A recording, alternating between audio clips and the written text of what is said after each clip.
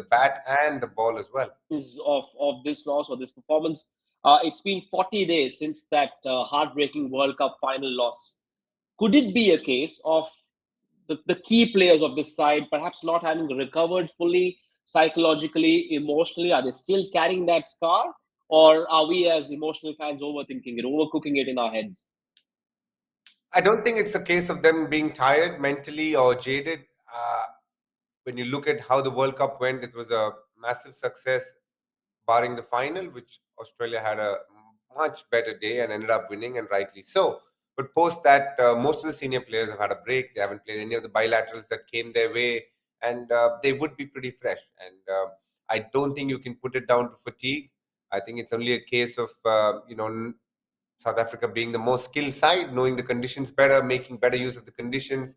One where many areas of Indian cricket in Test matches was, I don't know, exposed to the strong word, was shown to the world that there's still a long way to go in these kind of conditions, be it with the bat and more so with the ball as well. I mean, you can complain about the batting, which I think is fair, but also the bowling. I think at different points of time, it looked very, very ordinary. And that's not a good sign, because when the South African bowlers seem to bowl on the same pitch, it looks a different beast altogether. So, it's a hard one for Indian fans to swallow, and understandably so. One which the Indian players will turn around and say, you know what, we need to make sure that we put up a much better performance going into the second game. Is it a skill issue, or is it about not being format ready? Because we've had I wouldn't say overdose, but we've had a sumptuous dose of white ball cricket until the end of the World Cup, then the white ball series against South Africa as well. Was it about the key players not being red ball cricket ready in this first Test match? I don't think it's about not being ready in red ball cricket. I would definitely put it down to lack of skill. There are Yeah. certain areas which is a gaping hole in the current Indian team. You could see the two big areas for me is the third and fourth medium pacer and the middle order batting. I think both of those was definitely not up to the mark. This is not the Indian team that we are used to. This is not the kind of standard that they've set over a period of time, where they've gone and competed in Australia, in England. But today, it was a day, or rather, this test match was one where South Africa completely dominated us from ball one. We had glimpses of good showing from KL Rahul, Bumrah with the ball, Virat Kohli with the bat in the second innings. But in between all of that, there was absolutely nothing. And that is not something that we are used to, or the players are used to, because they've set such a high standard for themselves. To come up with such a performance will hurt them pretty bad. Now, the one thing about Rohit Sharma is that he's always been extremely candid. Before he became captain, during his captaincy, he's always been very forthright, very candid, doesn't mince his word. Now, here's what Rohit Sharma, the Indian Test captain, said about this loss. He said, "Well, this is a boundary scoring ground. We saw them score many, but we need to understand the opposition and their strengths as well. We did not bat well in both the innings. That's why we stand here. Not too many positives finished this game within 3 days, but Kale showed what we need to do on this sort of pitch. Our bowlers, a lot of these guys have not been here before, so I do not want to be too critical." How do you read this statement, DK? Um, Look, I think it's overall he summed it up, but definitely not to the uh, venomous nature that a lot of the fans would look at it. I think as you look at this game, if you do dissect it, you would say that the skill levels of the batters was found wanting. What happens when you play a lot of white ball cricket? You tend to push at balls. Even if you have your weight slightly in the back, it doesn't matter, because that helps you lift a ball over the infield. In Test cricket, your weight needs to be better balanced, so that you're making sure the consistency of your drives goes along the ground. And also, if the ball bounces extra, or keeps a touch low, you always have the opportunity to drop your wrist or make sure you get down on the ball. And because of the fact that they've played so much white ball cricket, you can see a lot of the Indian batters going really hard at the ball. Quite a few dismissals today was very, very disappointing. A few of them weight on the back foot, not willing to come on the front foot, hence missing straight full balls.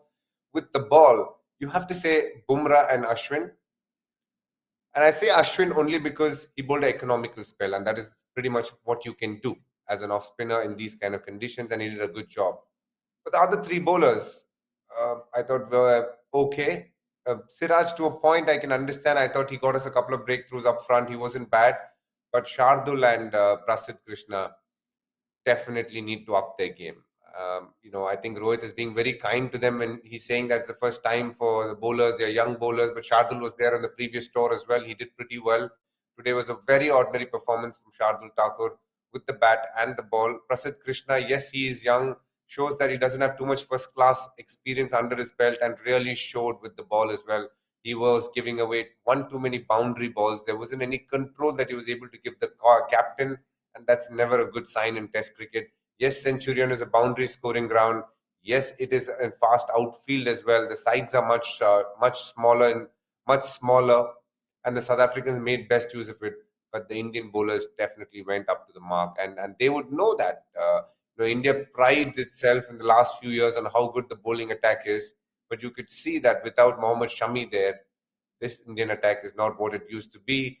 The fact that before we had Umesh Yadav, Ishan Sharma, and a Bhuvneshwar Kumar, and that was basically our bowling attack. They gave a lot of the times they gave us at least consistency in length, and that was missing in a big way today as well.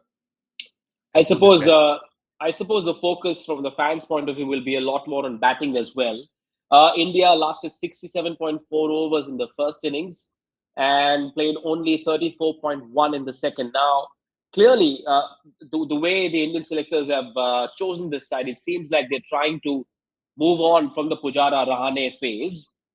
Did the selectors and the captain and the coach rush it? Are we ready yet to play as a test side minus Pujara, minus Rahane? Or come the England series on familiar conditions, this will be forgotten? What's the way to look at this? I do think come the Indian series in more familiar conditions, we are going to forget it. If I have to be very, very honest, the big question for us is going to be the next test match to a point, but then there is a 5-match test series at the end of next year. That is a big challenge, and that's what India will be preparing for. Before that, they have 5 tests against India. In India, they have Bangladesh and New Zealand, which are considerably easier tests. But the one in Australia, they're going to need a proper batting unit, and they'll be having a keen eye as to see whether they have the belief in the same set of players that they're backing today, and that's going to be a big question mark. When you look at the performance today, you definitely feel like they're not up to it.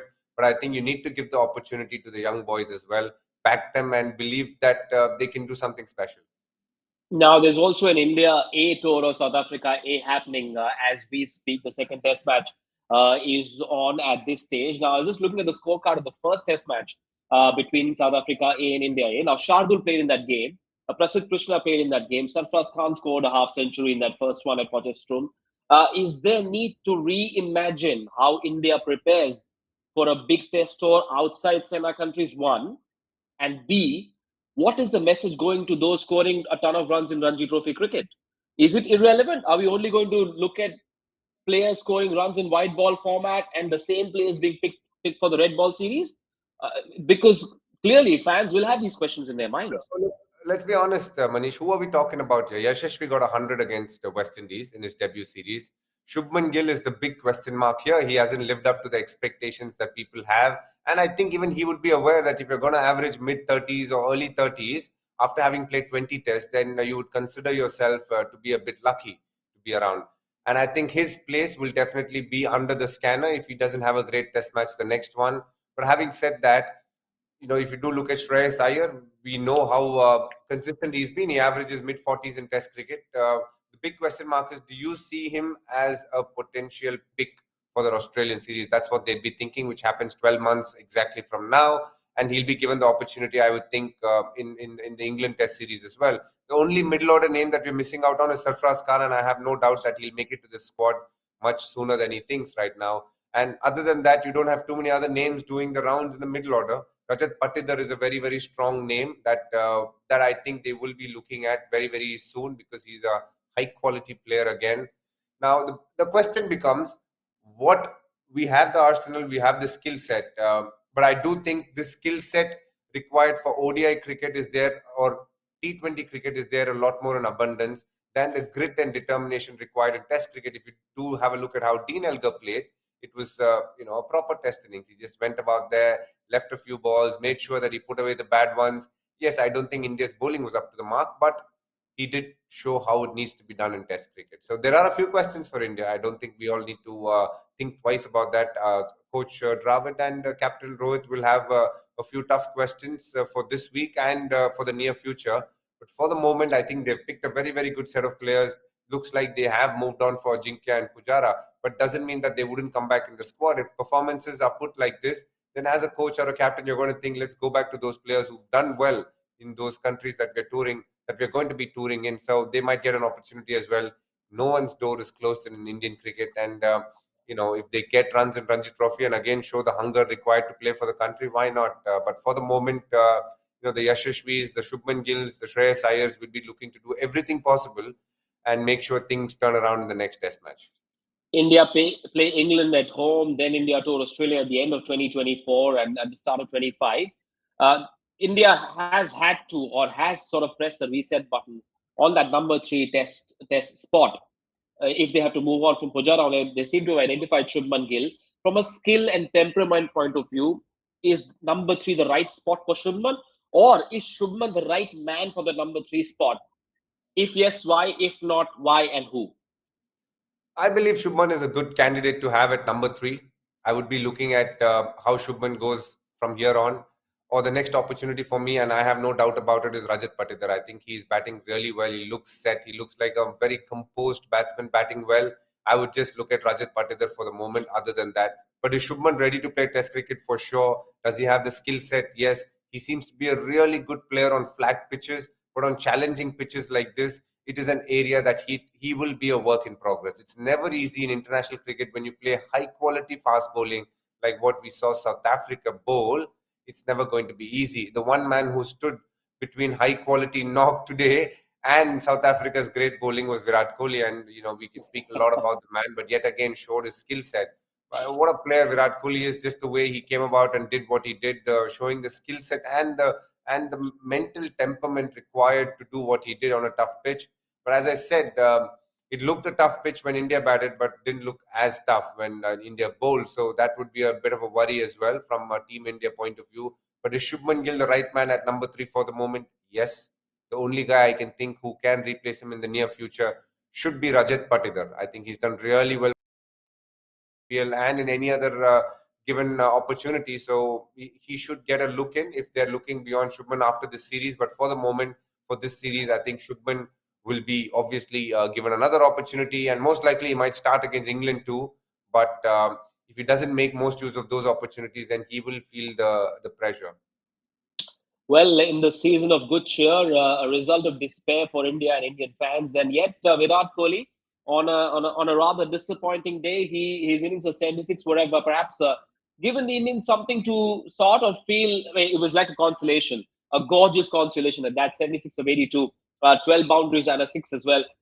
Perhaps another reason to believe that this man, there's a wide chasm between him and the others in this lineup. Just seems to play on a different planet, this man, your good friend Virat Kohli. Look, I think he again showed his class on a tough pitch. He showed why he's so good technically, very sound. His defense, getting behind the line of the ball, the one that bounces extra, just dropping the wrist. He showed all the skill sets that a KL Rahul showed on the first day. There are a few batters who are very much capable of producing something very similar, not to the extent of a Virat Kohli, but in their own way. But today it was Virat Kohli's day and he batted really well. I thought his straight drive to start things off, then the authoritative flicks, made a couple of lovely pulls. It was one of those knocks which will not be remembered because it is not a match winning knock, but you have to say the quality of how he went about facing the pace of Rabada and Nandre Burger was quite a sight in terms of getting behind the line of the ball, playing the ball late, not looking to do more than what is required for you to score runs on that pitch, and it was a masterclass on how you do it on tough pitches. Right. Lots will be discussed and asked about the Indian batting and its failures, and therefore I'm going to move to my next question on the Indian batting for DK in the hotspot. Here we go.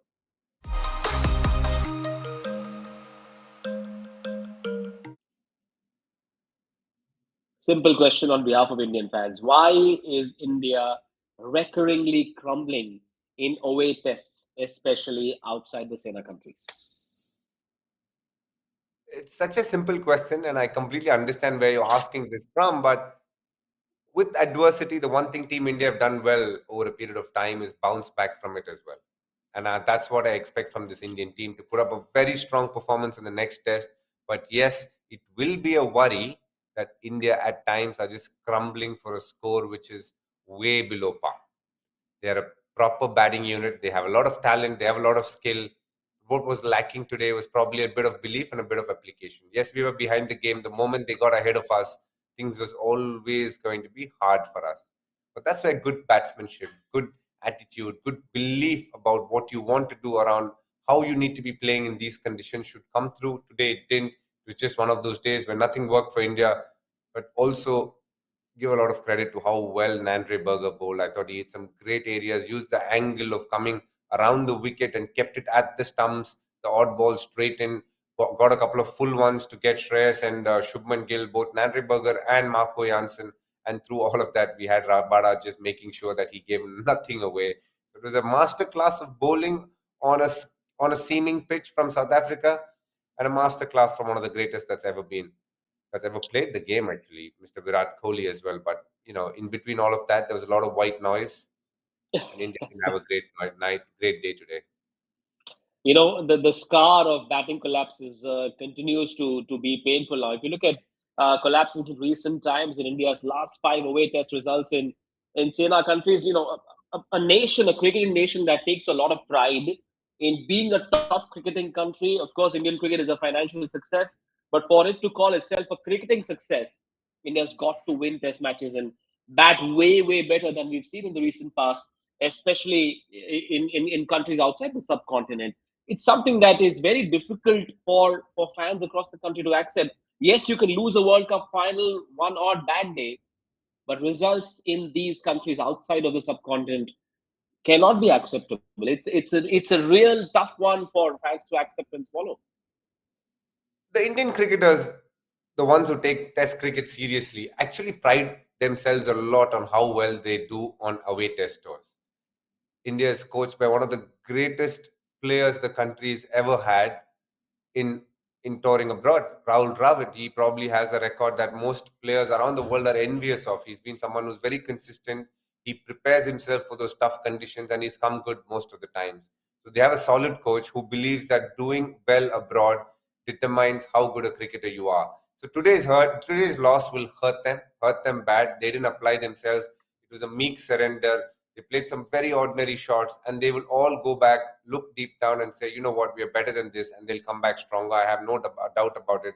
But for the performance, if you have to talk about it today, it was one where South Africa obviously hit the right lengths, knew what to do on a Centurion pitch, and a pitch where the Indian batters didn't have a clue as to how to counter the extra bounce that was happening, because almost most balls that bounced extra got the top of the bat, the shoulder, and at times when that didn't happen, they had pushed the batters back enough that they weren't willing to come on the front foot, and the straight full one in many ways was completely missed by the batters as well. So it was one where they exposed a few technical frailties of the Indian batsmen, and that would hurt.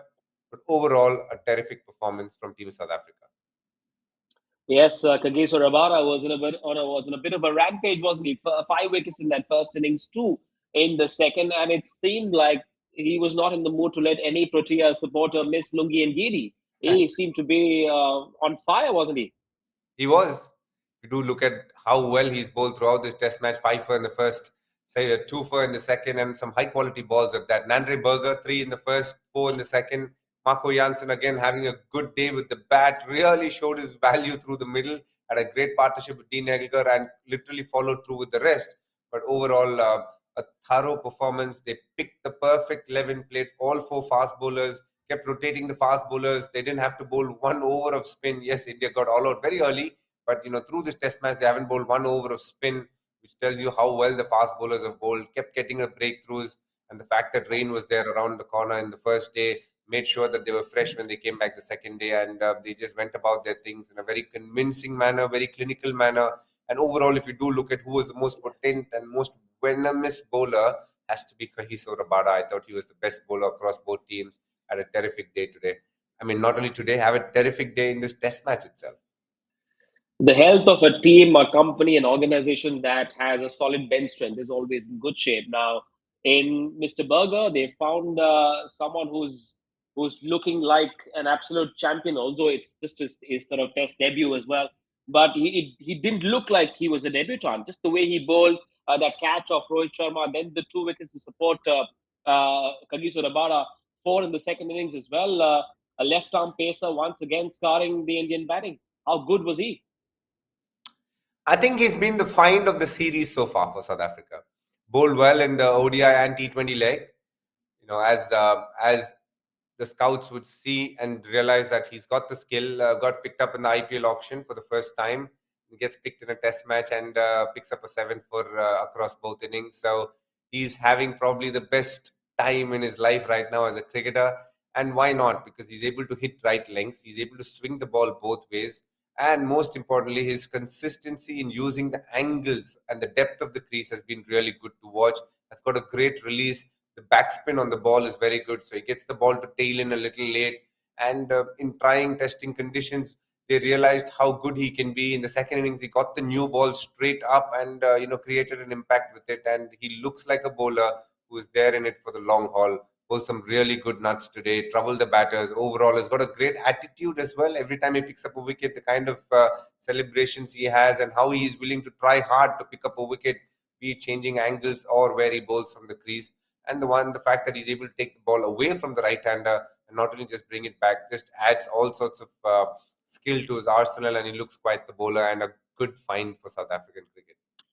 What's the one thing that South Africa had that India didn't have? A support cast for the premier bowlers. Marco Jansen, with the bat and the ball, an all-rounder of this skill, of this pedigree. We must talk about his batting, because while people will write and talk a lot about Dean Elgar's magical 100, these 84 runs were crucial as well. Who knows? Without this performance, we might have still been talking about a possible potential India fight back on day 4. True. He's had a very, very good game. He's just gone under the radar a little bit, and understandably so, because he's more a bowler who can bat. But what he did with the bat today, coming together with Dean Elgar when in a slightly tricky situation, but making sure he put up that big partnership with him, was really good to see from a South African standpoint. And you're not talking about ordinary bowlers here, Jasprit Bumrah and Siraj. Even with the new ball, he looked comfortable, played some really good shots. When the ball actually leaves the bat, it leaves at a certain sound, which not many batters seem to be able to do in Centurion. So it tells you that he has a lovely hand-eye coordination, played some beautiful drives, cut a ball well. Towards the end, when they bowled the bouncer plan, took them on with the hook shot as well. Got a bit lucky. I thought KL Rahul sometimes stood a little further back than what he should. Had a nick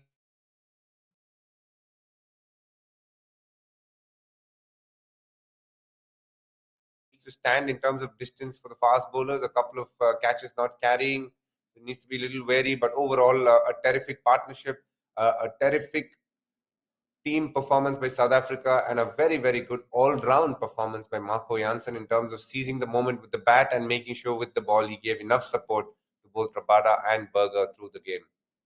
Well, he can claim to have taken care of the heart of the Indian batting as well. Got the wickets of Shubman Gill, Virat Kohli, and Shreyas Iyer as well. Now, such quality all-rounders are a bit of a rare commodity in cricket all across. And South Africa seem to have sort of gotten lucky, and they seem to have found a special cricketer. Two skills and very good at both.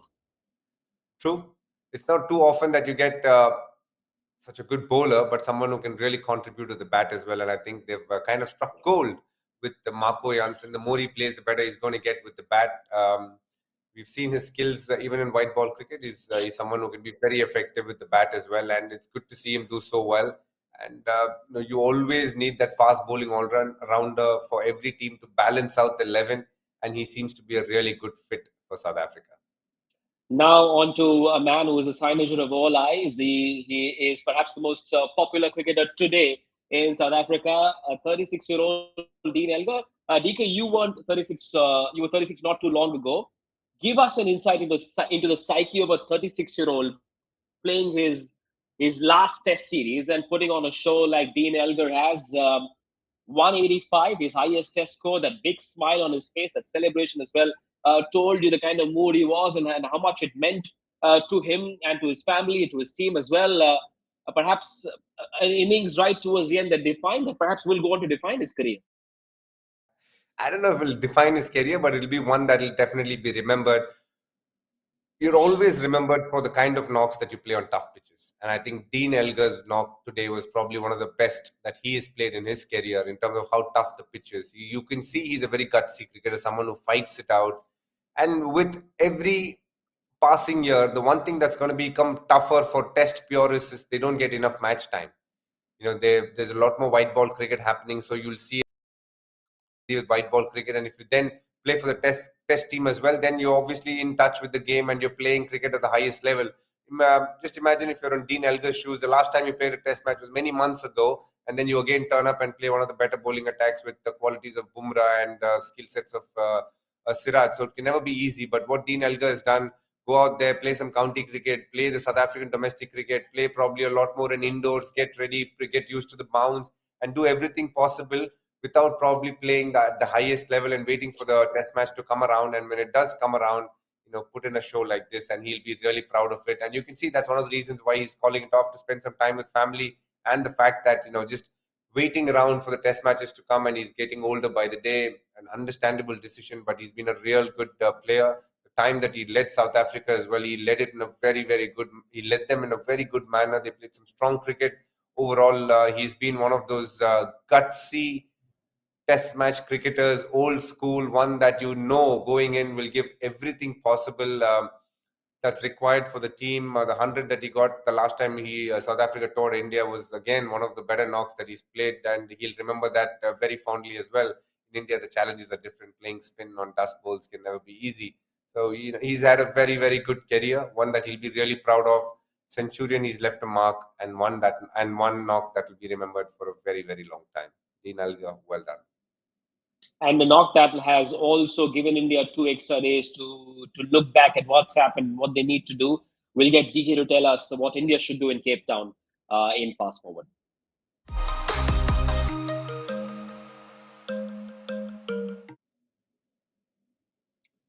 Straight away, DK changes, assuming everyone is fit and available. Jadeja, if he has sorted that upper back spasm or whatever it was, if that's sorted, if everyone's available, what are the changes you'd make for the Cape Town test? I do think Prasid makes way for Mukesh Kumar. There is, you get the feeling that you need a little more experience. Not that Mukesh Kumar has played a lot of first-class cricket, international cricket, but he's played a lot of first-class cricket, and that should stand India in good stead. That is a decision that they will be taking. The other option for them is to obviously, the one non-negotiable will be to bring back Jadeja. Now, whose place is Jadeja going to come in? Is it going to be Shardul Thakur or is it going to be Ashwin? That's a decision that they need to be taking. But other than that, I don't think there'd be any other changes with the current Indian team. They'd back the same set of boys and believe that they can put in a great performance. Cape Town, the pitch is much slower, a lot different. But I think with the result going this way on a green pitch, I wouldn't be surprised if they try and give a little bit of grass and make it interesting for the South African bowlers, though it'll be a much easier pitch to bat on. If they do give a little bit of grass, it has its challenges. So it's going to be one pitch where India can force a result if they bat well enough. And Cape Town is a venue where you can get runs if you apply yourself, and that's what most Indian batters will be looking to do. And for South Africa, they often say, why change what's working? So do you see them going in with the same 11, or if Ngidi is fit and available, would they bring him in? Would they try to sort of stir the pot by maybe looking at a Keshav Maharaj for Gerald Coetzee, because everyone else has done well? Jansen scored runs, taken wickets. Rabada is there as well. You can't drop Burger. Kagiso Rabada is absolute superstar as well. Are there any potential changes that you see? Or someone like a Tony De Zorzi, another game, as well as David Bellingham, who scored that half century on Test debut. Bahuma is out, by the way. Yeah, I do think there'll be a forced change. Temba Bahuma would definitely not be playing, as it's been announced. So you will find a replacement for him coming in very soon. I don't know if they'll be going down the direction of Jan Mulder right now. Though I feel Coetzee could miss out, and you'd get either Ngidi or Maharaj to play, and Maharaj most likely has the opportunity to play here. So that will be the one change that I'll be looking apart from Temba Bahuma. So there should be two changes in that team as well. And it will be a lot more easier in terms of decision making for South Africa than it is for India at the moment. That is that on this India-South Africa Centurion test. This is the last time, DK, I'm going to see you on a cricket show for Cricbuzz in this year, this calendar year. It's been a very eventful year for us as cricket media people, for us as cricket lovers and cricket fans as well.